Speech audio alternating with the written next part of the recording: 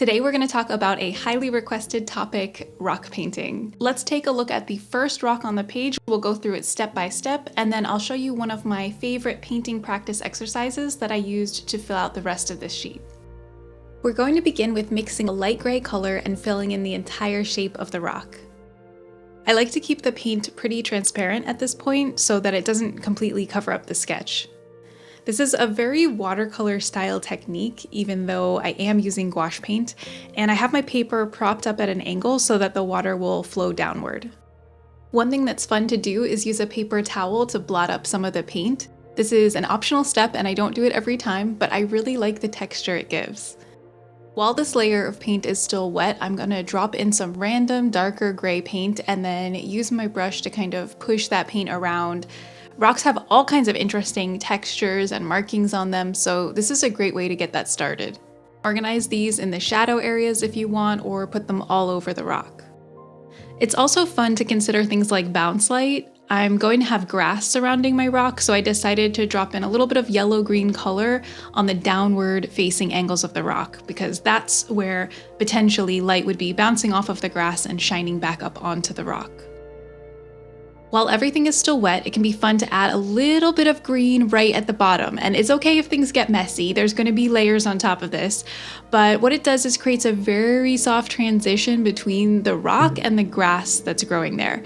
And I personally really like these soft transitions, so I try to find opportunities like this where it makes sense to add them. It's okay if you don't get to it in this step. If your paper was already dry, for example, there will be other opportunities to get that transition. When we start adding shadows to the rock, we can also blend those down into the grass as well. After that, you want to make sure that your paper dries completely before we move on to the next step. And now I'm using a very light blue-gray, still watered down quite a bit, so you can see how transparent it is. And I'm beginning to put some shading and detail along the line of this crack that I had sketched out. You can see that I've wet an area, I'm dropping down some different colors into that shadow and letting it disperse out. So I start, you can see here, with making the crack, then I take my brush and dip it in the water, so it's a little bit cleaner, a little bit more transparent, and then I use that to blend out the line a little bit. So it starts off a little bit more bold, then I take my brush back, get more water, and blend it out. For me, I like this because I feel like I have a lot of control over what I'm doing, and I also really like getting some of those hard edges that slowly transition into soft edges. Here I created a shape, and now I'm dropping these colors in. They'll stay within that shape because of the water tension. It's cool to see those colors blending together. It's so pretty. If anything is too much, you can just lift it back up. You can rinse off your brush, get a clean brush that's a little bit drier, and just push it against the paper and pull up some of that paint. Every one of these rocks is an experiment, and I'm trying to learn and find some cool new ways of making textures and things like that. And one thing that I'm really enjoying is the dry brushing effect, but with a very transparent mix of paint. And those of you who have a background in watercolor painting, this is probably not that new to you, but as a gouache painter, all the dry brushing I've done in the past has been really with very thick dry paint. But as you can see here, you can have a very transparent, very watery mix of paint, but still have a small amount of that mix on your brush. So when you drag it lightly across the paper, especially textured paper, you get that cool dry brushed effect, but with the transparent mix. So I'm really enjoying bringing in those watercolor techniques into my gouache painting to kind of get the best of both worlds, because as we go on in this process, we can layer with the more opaque gouache paint when we need that. Right now at the early stages, keeping things very wet, letting things blend together, using a lot of these watercolor techniques, and really enjoying that.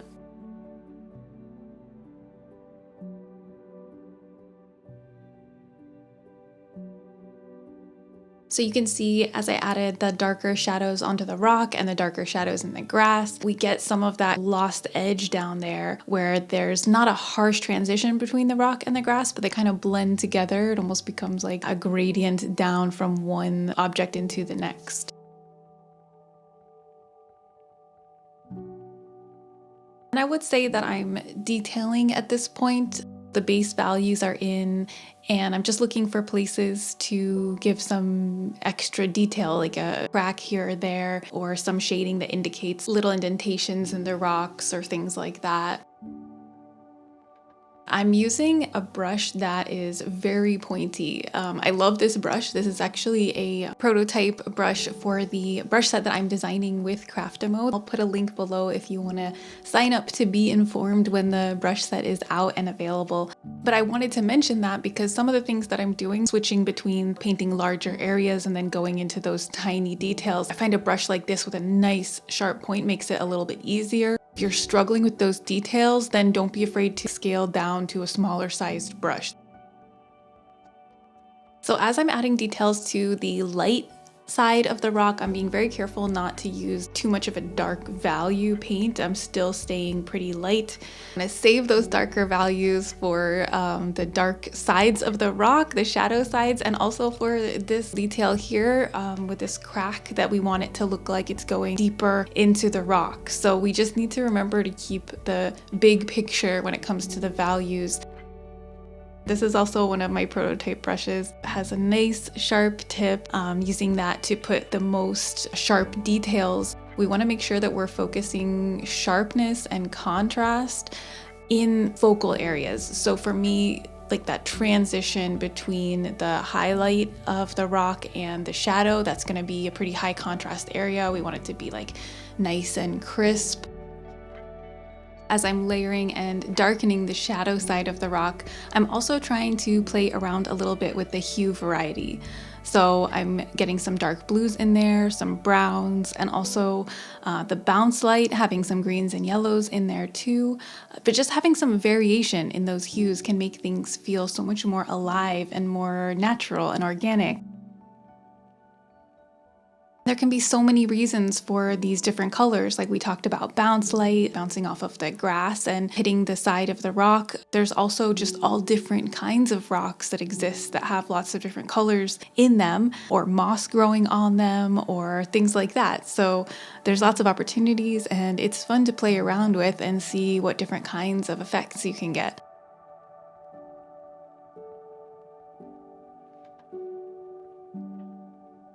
I think it's very interesting that even with all the variation that we have going on, at a glance, at a distance, the rocks still feel gray to me. So there's nothing too crazy going on here, and big picture wise, they still just look like pretty normal gray rocks.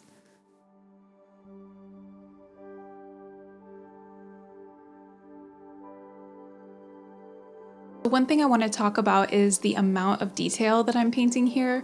I'm going pretty far with this one because I want to show you a thorough example of the full rock painting process. However, I don't always paint them to this level of detail. It really depends on where the rock is located in the painting. So for example, if the rock is on the outer edge of the composition or further in the background, I'll usually keep the rendering a bit more simple. That way it doesn't attract attention away from the focal point, and it just makes sense for something that's further away. You're not going to be able to see that much detail.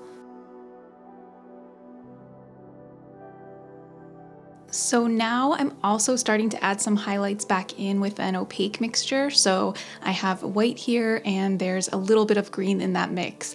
I just want to keep it very, very light value. And I'm just adding some little highlights and texture to the top of the rock. In a couple places, I felt like the rock really needed to be lightened, like where I'm working right now, I just felt like things got a little bit too dark, but there are other areas that didn't necessarily need to be lightened, but I like the idea of adding these different texture variations, so I added some there too.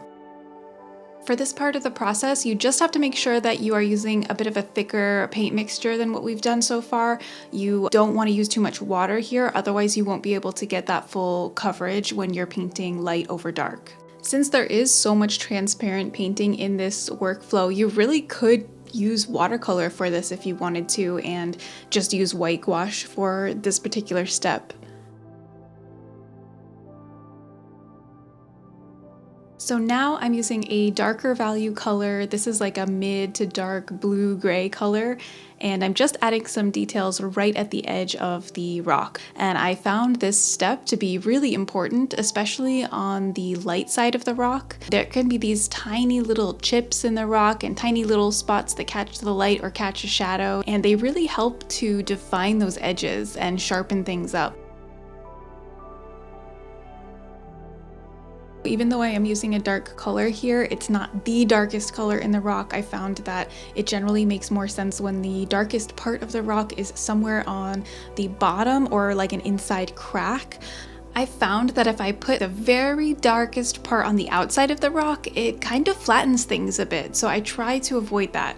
Usually there's enough light bouncing around in the environment that it's not really going to make sense for the very darkest part to be on the outside, and you really want to save those dark, intense, eye-catching details for areas of interest that you want people's eyes to be drawn to.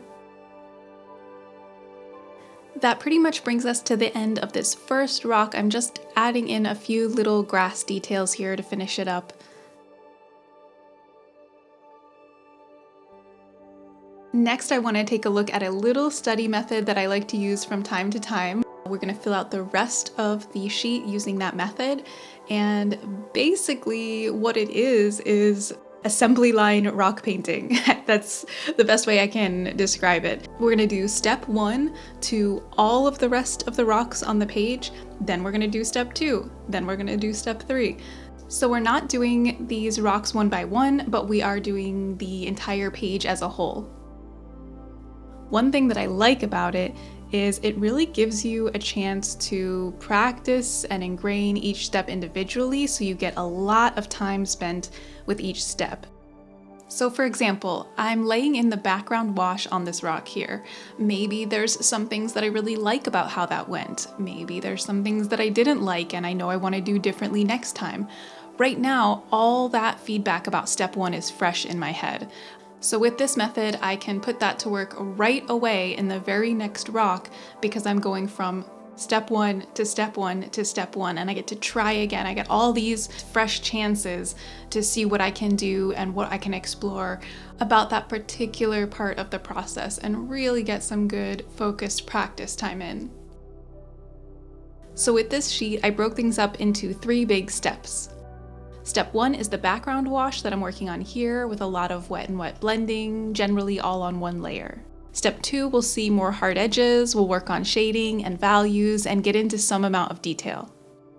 Step 3 is the last step, adding all the final details and little polishing things.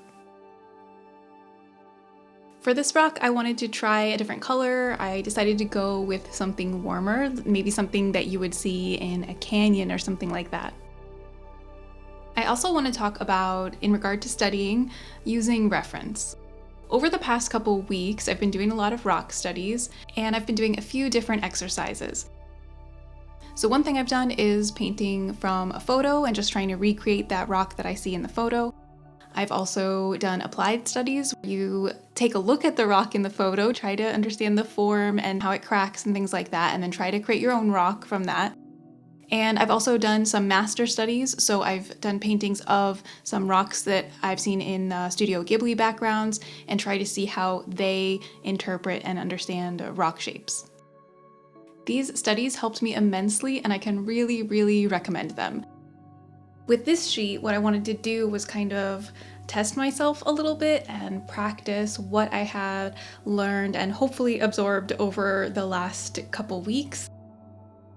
So I don't exactly have a reference image that I'm following for each one of these, but I do have open a little reference board that I made that has like a few different types of rocks, and just to like be a reminder as I work on this that I can glance over at if I get lost on one of these or can't think of how the cracks might work in a certain situation.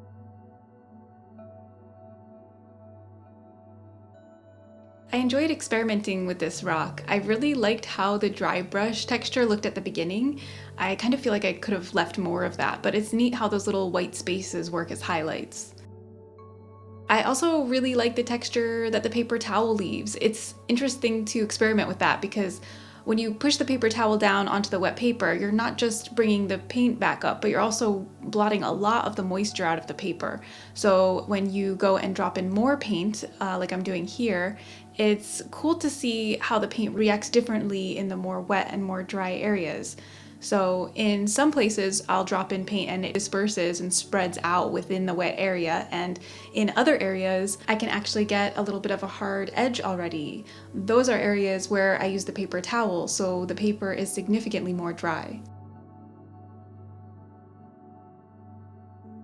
I also added this little bit of grass at the bottom on this rock. I haven't done it to all of them, and there's no real rhyme or reason to it, just kind of going with the flow. The ones that didn't get any grass on the first layer will have it added in on the next layer.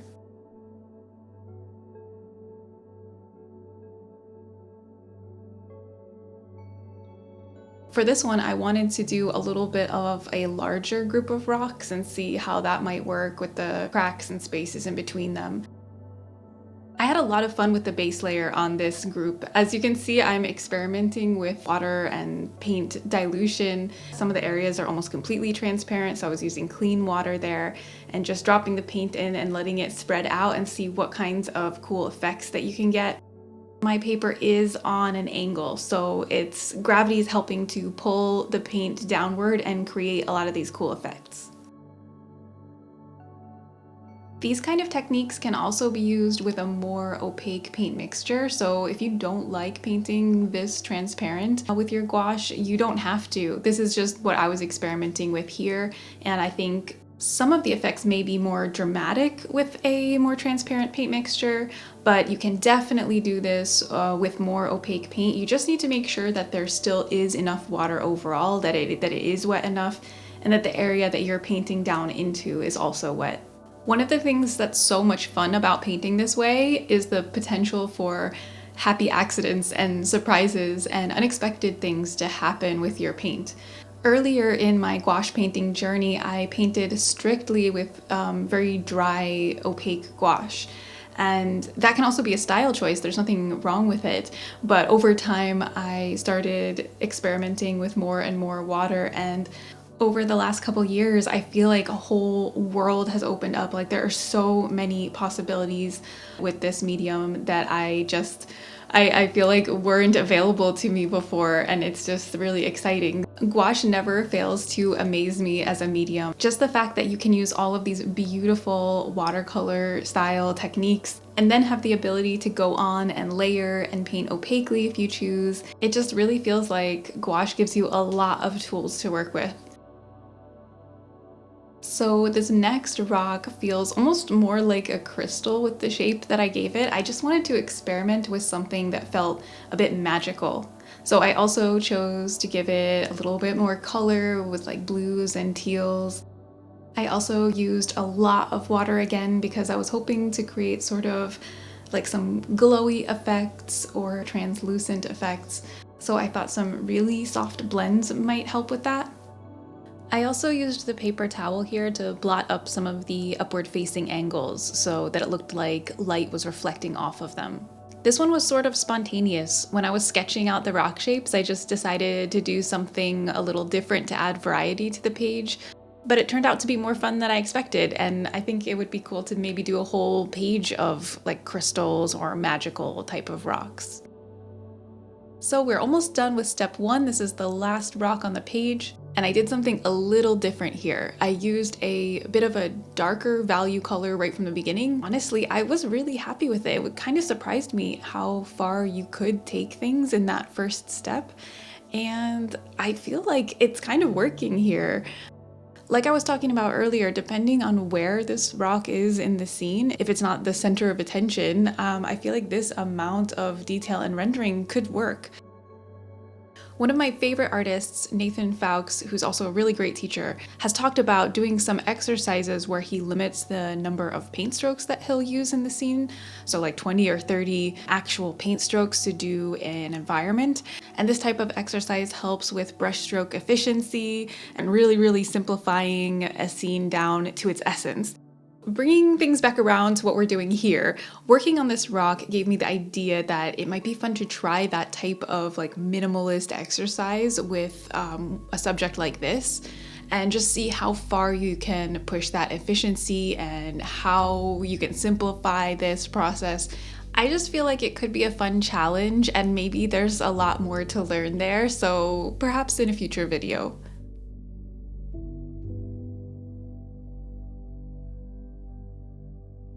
Now it's time to move on to step 2. We're going to do some layering, some shadows. We're starting to think about where we want hard edges and how we can take that really soft first layer and begin to sharpen things up a bit. I want to add grass to this rock, so in order to get that smooth transition between the rock and grass, I'm wetting the shadow side of the rock. And partially I wanted to do this to make it darker, but the other benefit is that now that it's wet, I can add the green to the bottom, and it basically has the same effect as if I had done that initially on the first pass.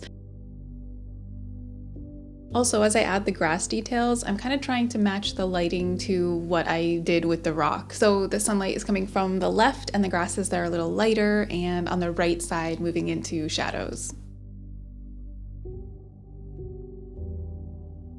So for rock number 2, I'm adding some cracks, but what I'm going to mostly focus on is establishing the shadow side of the rock. So I'm creating a large shape for that area, and then while that space is wet, I'm filling in with some darker and medium browns and just letting that color spread out within that wet shape. So I hadn't established much of the shadow in the initial wash, but since I painted so transparently, I could see through to what I planned in the sketch and then took care of that in this layer. I also experimented with a little bit of a cooler color on the upward facing side of the rock. With this next one, I wanted to explore the idea of cool and warm light. Those complementary colors are always very satisfying. So I focused a little bit more blue-gray on the right side of the rock and a warmer brown-gray color on the left. And again, with the grasses, I also tried to match that lighting with like the lighter greens on the left and the cooler, darker blue greens on the right. For this next rock, I kept things really simple in this second step, mostly because I just didn't really know where I wanted to go with this one yet. So I just established the shadow side of the rock, added a little bit of grass, and we're gonna see a lot more happen to this one in step 3. So here I'm focusing first on getting some hard edges and defining the shadow side of the rock. I remembered that in step 1, I really liked some dry brush effects that I had going, so I wanted to try to bring that in further in step 2. I'm working with a very transparent mix, especially when I'm adding texture to the upward facing side of the rock. I want to be really careful that I don't darken that part too much. I want to make sure that the sides are where the shadow is and that the top gets some texture, but without getting too dark, because then we would kind of lose the 3D effect that we have. Since we are working with gouache, if anything got too dark, it is possible to add light back in, but since I was trying out this transparent dry brushing technique, I was trying to avoid that if possible. So my plan here was to make this feel more like a grouping of rocks rather than one big rock, which it kind of feels like at the moment. So I wanted to define those cracks a little bit more and add some shadows that kind of separate them a little bit. I didn't like all the decisions I made here, so I kind of went back and forth on some of the shapes. Like I said earlier, I was kind of trying to test my knowledge after some of the rock studies that I'd done, and for a lot of these rocks I feel like it went well, but there were a couple times where I just created cracks and shapes that didn't really make sense or feel right to me. So looking over at my reference sheet, I could get some ideas for how to fix that, and I think I was able to improve this a little bit. Here I'm adding some darker value shadows just to deepen those separations and cracks in between the rocks, and just adding in some little grass details.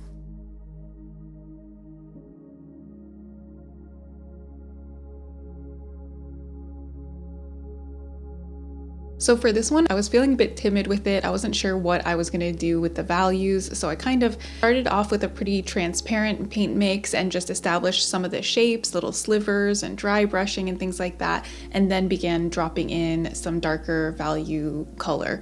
I like how it worked out here because it gave me some pretty gradients and soft transition of those colors within those shapes.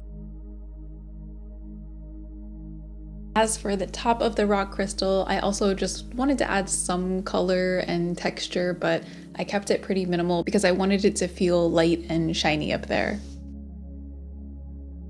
I also added a little bit more grass coming up in front of the rock. On this one, I wanted to darken the values on the shadow side of the rock as that side dried a little bit lighter. I also added some more grass details so that I can get that subtle transition between the shadow side of the rock and the grass. This brings us to the beginning of step 3, our final detail layer. Here I'm using my smaller brush to add some highlights using opaque paint and also some little shadow details as well, these sharp details around the outside edge. I feel like they really make the rock pop, especially on that lighter side. So I'm looking around for opportunities where I can add a little bit more detail where it would make sense. So I'm adding some like shadows here being cast by the grass. I'm adding some extra little grass details. I'm trying not to go overboard, which can sometimes be hard, but I think I found a good balance on that particular rock. For this one, it felt more like there were some shadows missing, so I focused on adding some more impactful, darker details in those cracks and on the right side of the rock.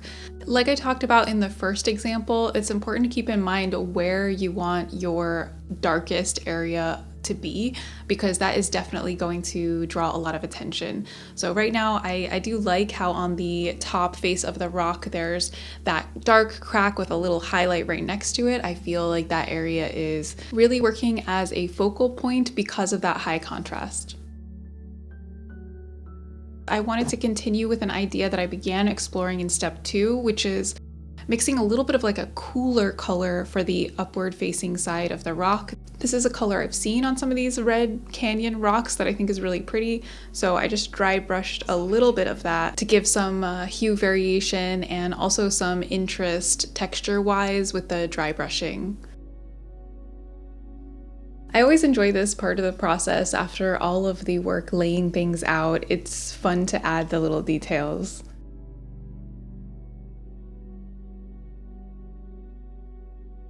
I also really liked the effect of adding some lighter grasses in front of the rock on the left side. It made it feel like the rock was really nestled into the grass. I'm going to increase the speed here a little bit just for this rock. I spent a little bit more time on this one. It probably gave me the most trouble out of all of them during this particular step. I think I had a similar issue to what happened with the rock on the bottom left and just came up with some cracks and shapes that didn't really feel realistic or natural to me, at least, especially in that one area where the rocks kind of break apart in the middle. I kept going back and forth, painting over some of the areas in a lighter color and then adding shadows back in and just not being able to decide what I wanted to do with the shapes. I did take a look at my reference pictures and that helped sort things out a little bit, but this definitely was not my favorite one of the group. I will say one thing that I did have fun with was the lighting. I tried to do, the cool warm thing that I talked about. The left side has like warmer greens and browns, even though the brown is quite subtle. And then the right side is more blue, and I tried to take that a little bit further with putting this little bit of like lighter blue bounce light, which was fun. So it didn't turn out all bad, but the process was not so pretty on this one, and I still feel like the cracks and the shapes there are a little bit odd, but it was a good learning experience.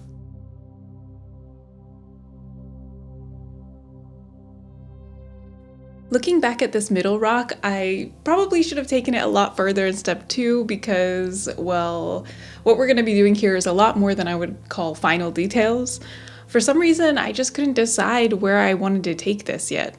Like I said in an earlier step, I knew I wanted to do something earthy at least, so here I decided to go in with some darker browns and establish more of a strong value structure and shading. I also decided to add some moss, which I hadn't really done yet on any of the other rocks, and I feel like mossy rocks could be a whole topic of their own. There's different types, they have interesting textures, and there's just something comfortable and cozy about them. I'm glad I was able to include at least one on this sheet, but I would be more than happy to do another sheet just focusing on mossy rocks. I wanted to keep the moss looking pretty soft overall, so I used a lot of wet and wet blending and then added some little highlights on the upward facing areas, just dotting in a little bit of texture. I also went back in with some of the lighter rock color. There were some areas where I felt like the rock just needed to be sharpened up a bit and that I could establish the edges a little bit more confidently. My original sketch for this rock was rather rounded, but as I painted it for some reason, I just felt the urge to put in sharp edges, so this one really evolved over time. Here I'm adding some cracks and dry brushing for texture. The dry brushing effect is really bold because I'm using a mid-dark brown color over top of quite a light tan, so it has kind of a stark contrast, but I think it works here. Also, I'm adding some highlights to select places. I'm not sure how realistic this rock is as far as what type of rock this might actually be in reality, but I think it feels believable enough, and I think it looks cool with the moss. I had a lot of fun working on this one, just figuring it out as I went and just letting it kind of decide what it wanted to be.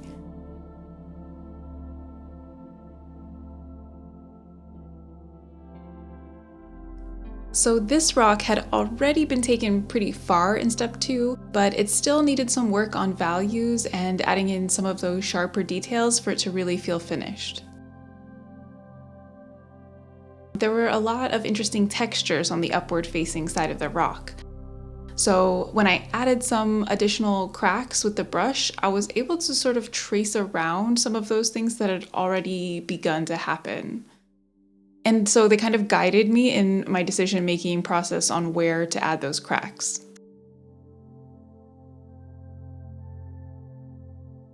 The thing that's fun about painting rocks is that they can be so craggy and have all these, cool gritty textures to them. I really enjoyed the dry brushing in particular, and like with this rock here, doing some streaky effects and just leaving it pretty rough. I feel like that's something that I had to remind myself was to not over polish things and allow texture to exist because it makes things even better. So here I'm starting to add those little details on the outer edge and also a couple areas on the inner cracks. And I'm just using a paper towel to pull up any area where I feel like it got a little too dark, where it was no longer in balance with the rest of the rock. My favorite part of this one is that rectangular rock on the left side. I like how some of the cracks turned out and like the little areas that are look like they're almost breaking and crumbling off in the front. That's something I want to try to remember to do more of in the future. Well, we are pretty much at the end of this one. I'm just going to add some more grassy details. I really enjoy adding these because they make the rocks look more finished, and it's also good practice because usually when I paint rocks in landscapes, they are going to be sort of fit into the scene this way. So I think taking a break from this one and coming back to it with fresh eyes was a big help for me. That's one other thing that I like about this exercise is it splits up the process, so you get a little bit of time away from each rock and then you get to come back to it. So with this one, it gave me some ideas of what I wanted to do with the colors and values. I did a bit more opaque painting on this rock, bringing in some, lighter color grays.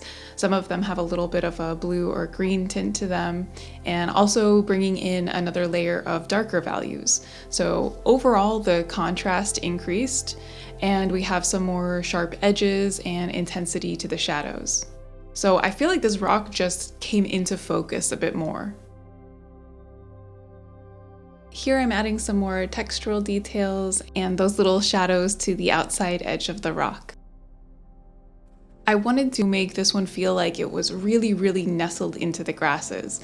This rock was kind of, just the way it was sitting, it felt like it was sitting a bit deeper into the earth. So I went a bit further with the grass on this one, and I felt like it was really more part of the rock structure on this than with the other rocks.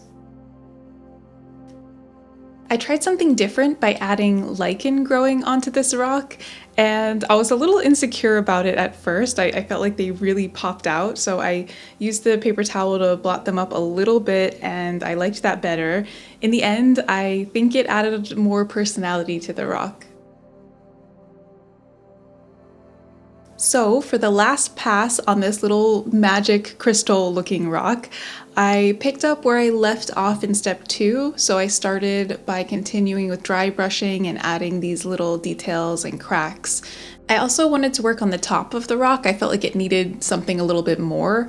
I first tried doing a dry brushing texture, but I didn't really like how it looked. It felt a bit too gritty compared to what we had going on, so I removed that and went back with a more like sleek and shiny kind of look, and I think that fit better with the rest of the rock.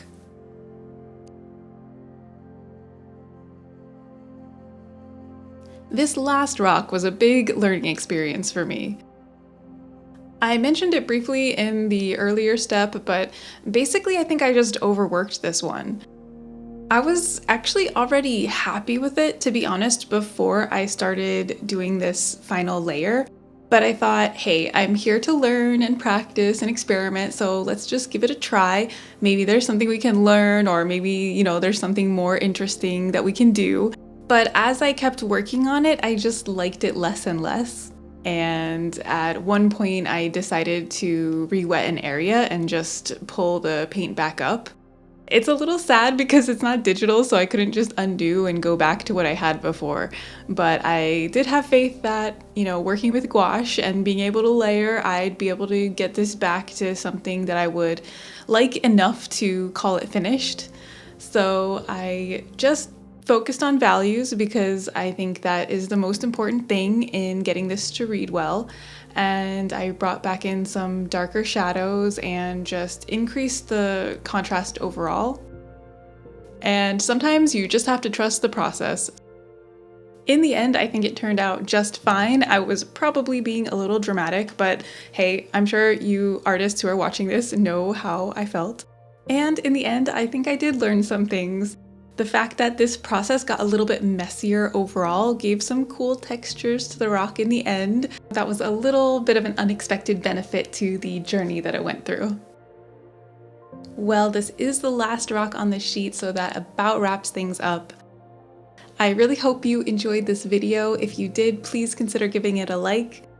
I hope that you found it helpful, and if you decided to paint along, I'd love to see what you did, so please feel free to share it with me and tag me. If you have any requests for future topics that you would like me to paint, please let me know in the comments. And don't forget to subscribe if you want to see more painting videos like this. Thanks again for watching, and I will see you in the next one.